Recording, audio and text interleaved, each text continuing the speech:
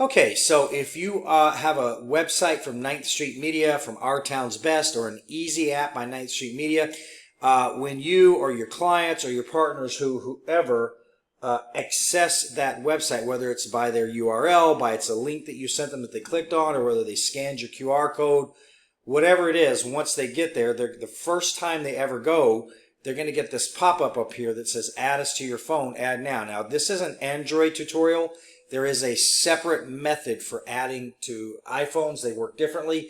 Please check the separate video to understand how iPhones work. Now, going back to Androids, if they simply click on add now, they get a pop-up that says install, and literally all they have to do is click on the install button. It's going to add to the phone.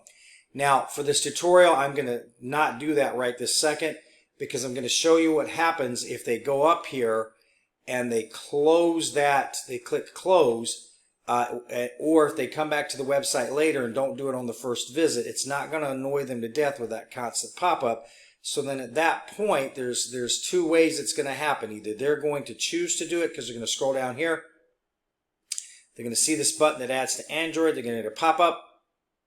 And the pop-up is going to say, hey, if you'd like to add us to your Android, then what you do is you look for the three dots at the top, look for install app or add to phone, and then click install on the pop-up. So then they're going to close that and they're going to go, okay, I want to add this to my Android.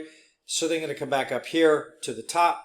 And actually, really, the third method is just you walking them through it. Like you're on the phone with them, you say, hey, from your Android, inside of Chrome, open it up, and right here, right at the top, you'll see three little dots. You're going to click on the three little dots.